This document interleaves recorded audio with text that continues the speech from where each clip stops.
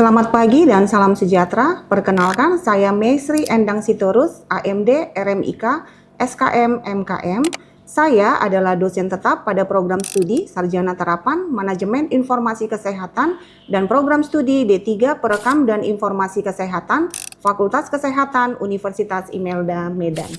Video ini dibuat untuk melengkapi persyaratan sertifikasi dosen tahun 2026, yaitu pernyataan diri dosen dalam unjuk kerja Tridharma Perguruan Tinggi atau biasa disebut PDD, UKT, PT dalam bidang pengajaran. Adapun proses pembelajaran yang saya lakukan adalah dengan cara DIA, Delivery, Interaction, dan Assessment. Delivery adalah menjelaskan cara yang saya gunakan dalam penyampaian perkuliahan. Interaction adalah menjelaskan bagaimana saya akan menjalin interaksi pada proses belajar dengan anak didik untuk mencapai tujuan peningkatan pengetahuan dan tingkah laku. Sedangkan assessment adalah bagaimana cara saya mengukur kinerja mahasiswa secara objektif di dalam kelas. Pada kesempatan ini, saya akan menjelaskan salah satu mata kuliah yang saya ampu, yaitu mata kuliah Audit Rekam Medis dengan kode mata kuliah MIK 406 untuk mahasiswa semester 4 tahun ajaran 2025-2026 pada program studi Sarjana Terapan Manajemen Informasi Kesehatan. Mata kuliah ini merupakan mata kuliah wajib pada semester genap, yaitu semester 4 dengan bobot 3 SKS yang terdiri dari 2 SKS teori dan 1 SKS praktikum yang dilaksanakan selama 16 kali pertemuan. Pertemuan ke-8 merupakan ujian tengah semester atau UTS, sedangkan pertemuan ke-16 merupakan pertemuan ujian akhir semester atau UAS, di mana semua pertemuan dilakukan melalui tatap muka. Pada awal pertemuan, saya menyampaikan kontrak perkuliahan untuk disepakati bersama, mulai dari maksimal keterlambatan, minimal jumlah kehadiran dalam satu semester, sistem pengumpulan tugas, dan sistem penilaian. Adapun mata kuliah ini diajarkan bersama dengan tim saya, Hairani MKes. Mata kuliah audit rekam medis mendukung capaian pembelajaran lulusan, yaitu mahasiswa mampu menerapkan konsep umum dan prinsip tentang analisis dan evaluasi kelengkapan rekam medis secara kuantitatif dan kualitatif, baik manual maupun elektronik sesuai standar yang berlaku, serta mampu melakukan audit kode diagnosis dan tindakan medis untuk klaim pembiayaan. Selanjutnya, untuk capaian pembelajaran mata kuliah atau CPMK ada 10, yaitu yang pertama, menerapkan konsep audit medis sesuai dengan prinsip, tujuan, dan standar audit dalam proses penelaahan rekam medis. Yang kedua, menerapkan prosedur audit medis untuk menelaah kelengkapan dan mutu rekam medis sesuai dengan standar yang berlaku. Yang ketiga, mengidentifikasi ketidaksesuaian kode diagnosis berdasarkan hasil audit coding sesuai dengan standar klasifikasi yang berlaku. Yang keempat, mengidentifikasi faktor penyebab ketidaksesuaian pengodean diagnosis dan tindakan berdasarkan hasil audit coding. Yang kelima, menganalisis hasil analisis kuantitatif rekam medis untuk mengidentifikasi kelengkapan dokumen sesuai standar yang berlaku. Yang keenam, menganalisis hasil analisis kualitatif rekam medis untuk mengidentifikasi mutu dokumentasi klinis sesuai standar yang berlaku. Yang ketujuh, menerapkan prinsip clinical documentation improvement dalam proses penelaahan dokumentasi rekam medis sesuai standar. Yang kedelapan, menerapkan prinsip clinical documentation improvement untuk meningkatkan kelengkapan, keakuratan, dan konsistensi dokumentasi rekam medis. Yang ke-9, menerapkan prosedur analisis kuantitatif pada rekam medis. Dan yang ke-10, melakukan analisis kualitatif terhadap isi rekam medis. Adapun deskripsi bahan kajian pada mata kuliah ini adalah penerapan konsep audit medis dalam menelaah rekam medis, identifikasi ketidaksesuaian kode diagnosis dan tindakan berdasarkan hasil audit, analisis hasil analisis kuantitatif dan kualitatif rekam medis, penerapan prinsip clinical documentation improvement pada dokumentasi rekam medis, penerapan prosedur analisis kuantitatif pada rekam medis, dan penerapan analisis kualitatif terhadap isi rekam medis. Materi pembelajaran disampaikan secara bertahap selama 16 kali pertemuan dimulai dari pertemuan 1, membahas tentang pengertian, tujuan, prinsip, ruang lingkup audit medis. Pertemuan 2 membahas standar kelengkapan rekam medis, standar keakuratan dokumentasi, standar kepatuhan pelayanan, dan standar pengelolaan rekam medis. Pertemuan ketiga membahas prosedur audit medis dalam telaah, kelengkapan dan mutu rekam medis. Pertemuan keempat membahas faktor penyebab ketidaksesuaian pengodean diagnosis berdasarkan hasil audit coding. Kemudian pertemuan 5 membahas faktor penyebab ketidaksesuaian pengodean tindakan berdasarkan hasil audit coding. Pertemuan 6 membahas prinsip clinical documentation improvement dalam proses penelaahan dokumentasi rekam medis sesuai standar. Pertemuan ke-7 membahas prinsip clinical documentation improvement untuk meningkatkan kelengkapan, keakuratan, dan konsistensi dokumentasi rekam medis. Kemudian pasca ujian tengah semester pada pertemuan 9 dan 10 membahas konsep dan prosedur analisis kuantitatif rekam medis sesuai standar. Pertemuan 11 dan 12 membahas konsep dan prosedur analisis kualitatif rekam medis sesuai standar. Pertemuan 13 membahas instrumen audit coding. Pertemuan 14 dan 15 membahas pelaksanaan audit coding sesuai standar klasifikasi. Seluruh rangkaian materi ini kemudian diakumulasikan penguasaannya pada ujian akhir semester atau UAS di pertemuan ke-16. Setiap pertemuan teori juga didampingi sesi praktikum, di mana mahasiswa mempraktekkan langsung bagaimana cara melakukan audit medis dengan pendekatan analisis kualitatif dengan menggunakan sampel rekam medis yang tersedia di laboratorium rekam medis. Pendekatan ini dirancang agar mahasiswa tidak hanya memahami konsep secara teoritis, tetapi juga memiliki pengalaman praktis yang relevan dengan kebutuhan kompetensi lulusan manajemen informasi kesehatan. Selanjutnya, saya akan menjelaskan bagaimana interaksi saya dan mahasiswa selama proses pembelajaran. Pada setiap sesi teori, setelah saya menyampaikan materi, saya selalu membuka forum diskusi tanya jawab. Forum ini saya gunakan untuk memberi kesempatan kepada mahasiswa untuk menyampaikan pertanyaan sekaligus menjadi ruang bagi mahasiswa untuk mengaitkan konsep yang dipelajari dengan pengalaman atau observasi mereka di fasilitas pelayanan kesehatan. Melalui forum diskusi ini, saya juga dapat langsung mengetahui bagian mana dari materi yang saya sampaikan yang masih perlu diperjelas sehingga proses pembelajaran berlangsung dua arah antara saya dengan mahasiswa. Pada sesi praktikum, interaksi berlangsung lebih intensif karena saya mendampingi mahasiswa secara langsung selama proses praktikum. Saya memberikan penjelasan di awal sesi, kemudian mempraktekkan prosedur yang harus dilakukan sebelum mahasiswa mempraktikkannya sendiri.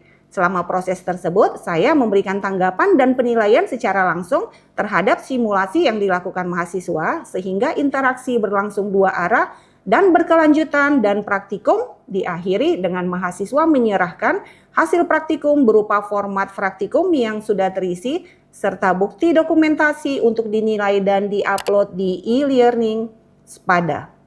Dan terakhir, saya akan menjelaskan sistem penilaian pada mata kuliah ini. Setiap pertemuan baik teori maupun praktikum diawali dengan pretest dan diakhiri dengan posttest melalui e-learning SPADA untuk mengukur pemahaman awal dan peningkatan pemahaman mahasiswa setelah materi selesai disampaikan. Pada sesi praktikum, penilaian juga mencakup aspek non-tes, yaitu persiapan alat dan bahan, kesesuaian tahap kerja, kemampuan komunikasi, dan kesesuaian hasil praktikum yang dilaksanakan mahasiswa berdasarkan rubrik kriteria grading. Secara keseluruhan, bobot penilaian mata kuliah ini terdiri dari kehadiran sebesar 10%, tugas terstruktur sebesar 10%, kegiatan mandiri sebesar 10%, praktikum sebesar 20%, ujian tengah semester atau UTS sebesar 20%, dan ujian akhir semester atau UAS sebesar 30%.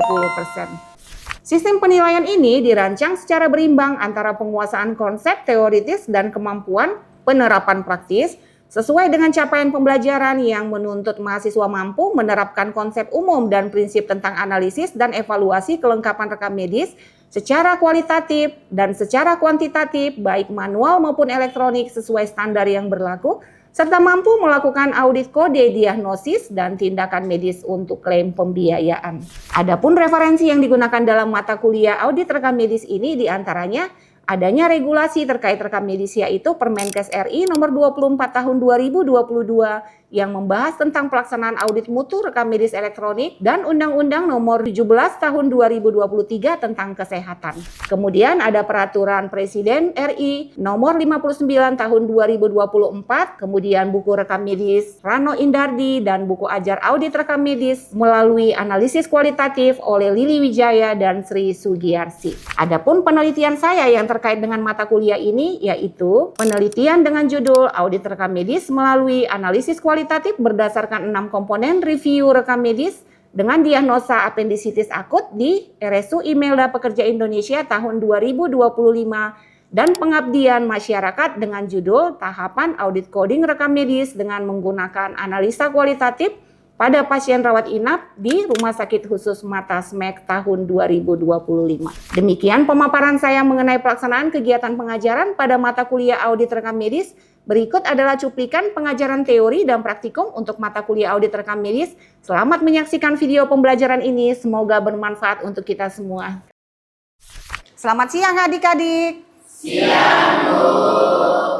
Kita akan melanjutkan kembali pertemuan kita yang terdahulu ya. Untuk hari ini kita akan melanjutkan pertemuan 11 untuk mata kuliah audit rekam medis. Untuk topik hari ini adalah konsep analisis kualitatif pada rekam medis.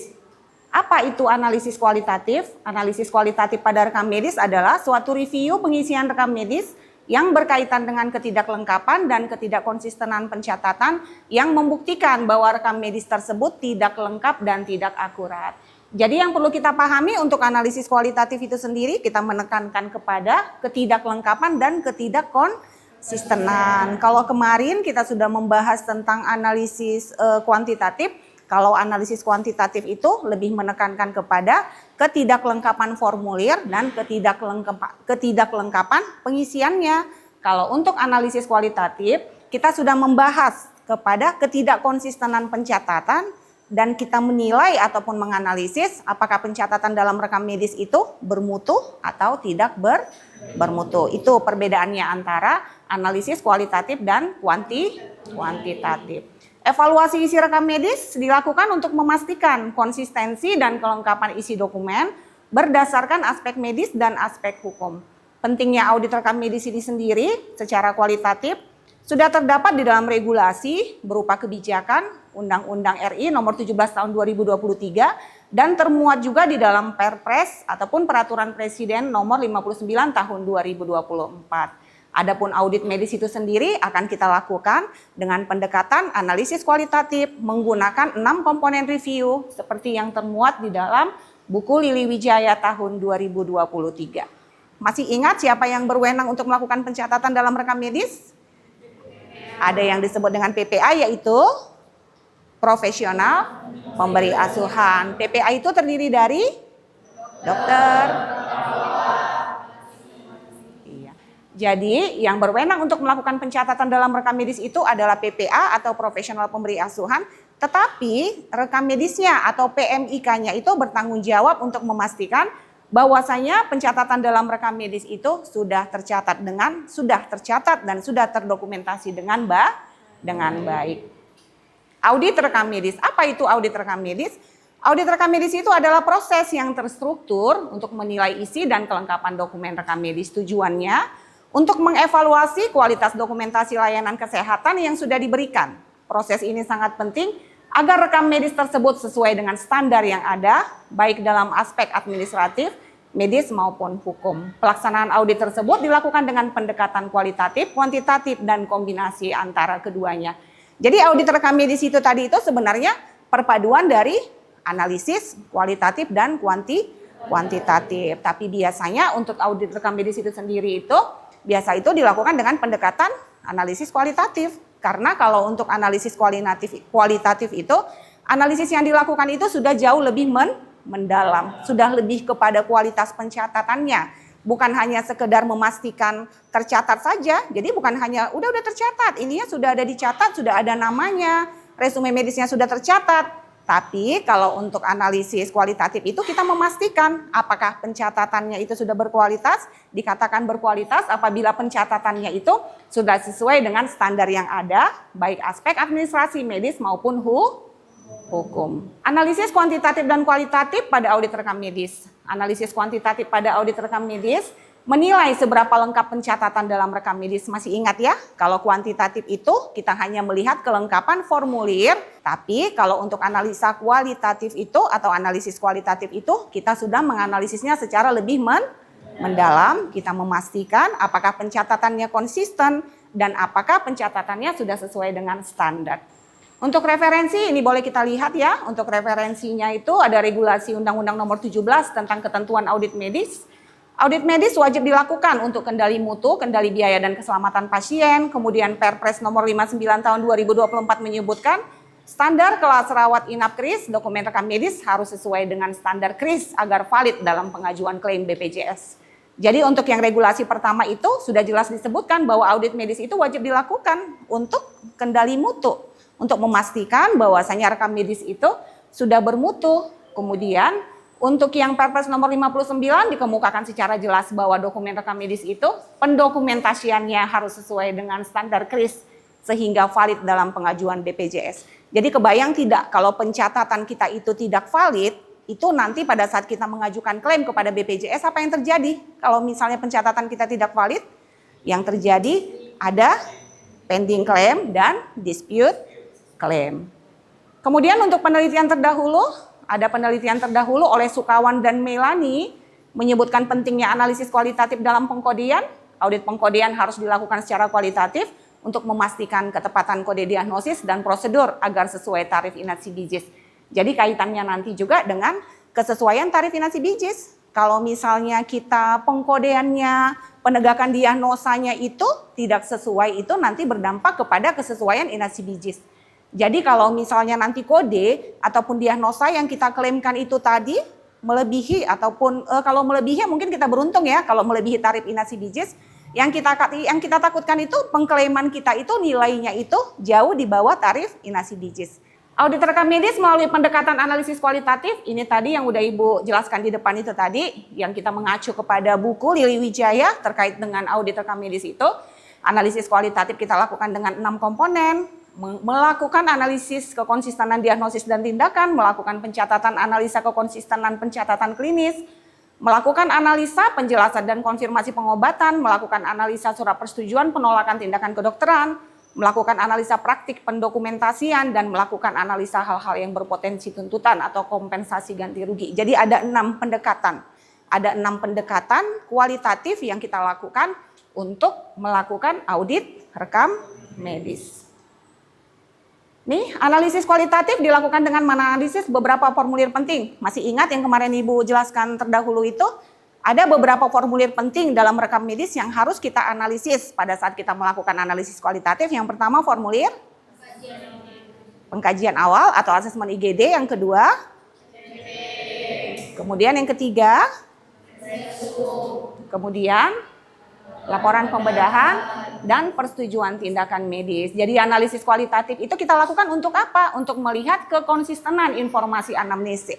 Jadi kita melihat ya, kita melihat pencatatannya pada formulir asesmen, kita melihat pencatatannya pada formulir asesmen IGD, apa pencatatannya di sana? Nyambung tidak pencatatannya dengan CPPT-nya? Kemudian kita lihat lagi nyambung tidak pencatatannya dengan resume medisnya. Jadi kalau misalnya pencatatannya itu pada asesmen, pada formulir asesmen IGD itu konsisten dengan pencatatan pada CPPT dan pencatatan pada resume medis, itu berarti dikatakan itu rekam medisnya itu sudah berkualitas. Jadi ada kesinambungan, ada kekonsistenan pencatatan mulai pasien masuk hingga pasien keluar. Oke, kemudian ini untuk formulirnya nanti ini kita bahas di laboratoriumnya. Sampai di sini ada kira-kira yang mau bertanya? Saya Bu. Silahkan. Perkenalkan Bu, nama saya Nur Afni. Saya ingin bertanya terkait analisis kualitatif, itu sebaiknya dilakukan kapan? Apakah pada saat pasien dirawat inap atau setelah pasien keluar? Terima kasih Bu. Oh, baik ya, untuk kapan dilaksanakan analisis kualitatif. Jadi kalau untuk analisis kualitatif ini sama halnya dengan analisis kuantitatif, itu boleh kita lakukan pada saat pasien dirawat dan setelah pasien keluar. Tapi kalau misalnya kita tanyakan sebaiknya kapan dilakukan? Sebaiknya itu sebenarnya dilakukan pada saat pasien dirawat. Mengapa seperti itu? Karena kalau misalnya analisis itu kita lakukan pada saat pasien dirawat, apabila ada temuan, ada kekurangan pencatatan, kita bisa langsung menghubungi PPA-nya. Kalau misalnya resume medisnya yang tidak lengkap, siapa yang harus kita hubungi? Kita hubungi langsung siapa? Kalau resume medis, kita langsung menghubungi dokternya atau DPJP-nya. Kalau misalnya CPPT-nya yang tidak lengkap, boleh kita langsung bertanya kepada perawat. Kemudian kalau ada hasil-hasil pemeriksaan yang tidak lengkap, boleh kita tanyakan langsung ke unit pelaksana pemeriksaan diagnostiknya. Tapi kalau misalnya untuk dilakukan setelah pasien keluar juga tidak masalah. Tapi yang Ibu lihat itu lebih sering itu di rumah sakit itu melakukannya setelah pasien keluar. Karena kalau mereka itu melakukannya pada saat pasien dirawat itu agak riskan, agak repot melakukan analisis. Karena petugasnya juga pekerjaannya mungkin banyak yang lainnya dan mereka pasti harus lebih mengutamakan pelayanan kepada pasien. Oke, jadi ini tadi sedikit lagi ya untuk gambaran formulir-formulirnya. Nanti ini sebagai instrumen yang akan kita gunakan pada saat kita melakukan praktikum di lab praktikum. Ini sedikit Ibu sampaikan, ada penelitian yang sebelumnya ini ada penelitian Ibu kolaborasi dengan mahasiswa juga terkait audit rekam medis melalui analisis kualitatif berdasarkan 6 komponen review rekam medis dengan diagnosa apendisitis akut di Rumah Sakit Umum Imelda Pekerja Indonesia. Jadi untuk audit rekam medis ini sendiri sudah pernah dilakukan penelitiannya, ini masih baru ya, tahun 2025 ada penelitiannya. Dari hasil penelitiannya itu mereka itu menganalisis rekam medis langsung. Mereka menganalisis rekam medis langsung, pencatatan dari awal hingga pasien keluar. Dan ditemukan bahwasanya itu review kekonsistenan pencatatan klinis dan review hal-hal yang berpotensi tuntutan kompensasi ganti rugi 11 rekam medis yaitu 100% konsisten, tetapi pada review penjelasan dan konfirmasi pengobatan yang dilakukan hanya 69% konsisten. Kemudian untuk surat persetujuan penolakan tindakan kedokteran 68,1% yang konsisten. Dan review praktik pendokumentasian 93,2% konsisten. Jadi dari penelitian ini, dari 11 sampel yang dilakukan itu sudah ditemukan bahwasanya itu semuanya tidak konsisten. Sementara itu sesuai dengan standar itu harusnya pencatatan rekam medis itu harus lengkap 100%. Ini penelitian yang terbaru ya. Jadi apa dampaknya itu nanti? Nah, jadi kesimpulan dari penelitian ini dikatakan bahwa ternyata mutu rekam medis di Rumah Sakit Umum Imelda itu belum sepenuhnya memenuhi standar sehingga perlu perbaikan dalam aspek kelengkapan, konsistensi, dan pencatatan identifikasi untuk meningkatkan mutu dan menghindari terjadinya resiko di kemudian hari. Oke, sampai di sini udah selesai ini untuk apa aja ya? Untuk sebagai pertanyaan penutupnya sebelum kita mengakhiri pertemuan.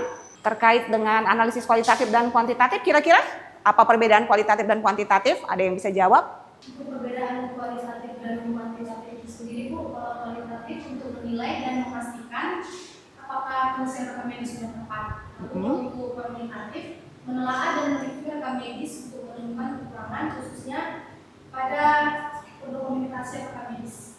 Jadi kalau untuk kuantitatif itu lebih kepada ada tidaknya saja. Kalau kualitatif itu lebih kepada mutu atau kekonsistenan pencatatan. Itu dia intinya ya, poin pentingnya. Kemudian yang satu lagi ada yang bisa jawab hubungan audit rekam medis dengan analisis kualitatif? Apa kira-kira? Tadi udah ketemu kan? Jadi apa hubungan audit itu dengan kualitatif? Ada yang bisa jawab? Hubungan audit rekam medis dengan analisa kualitatif itu analisa kualitatif merupakan metode utama dalam audit rekam medis untuk mengevaluasi untuk layanan. Ya, jadi tadi kan udah kita bahas ya, analisis kualitatif itu, pendekatan analisis kualitatif itu yang dilakukan dalam melakukan audit rekam medis. Hari ini kita praktikum untuk melanjutkan pertemuan teori kita tadi pagi terkait dengan analisis kualitatif, analisis kuantitatif dan kualitatif. Kalau untuk hari ini kita akan melakukan praktikum untuk pengisian analisis kualitatif. Tapi dalam praktikum kita kali ini kita akan melakukan analisis untuk melihat kekonsistenan pencatatan pada 3 formulir penting, yaitu pertama asesmen IGD, kemudian CPPT, dan yang ketiga resume medis. Oke, untuk tahap yang pertama semuanya dibuka rekam medisnya. Dibuka rekam medisnya untuk melihat formulir pengkajian awal atau asesmen IGD. Dari item-item tersebut Coba dijelaskan dulu, apakah ada yang menemukan item yang tidak tercatat pada formulir IGD? Ada? Apakah ada? Yang tidak ada itu diberi tanda silang atau diberikan tanda kosong.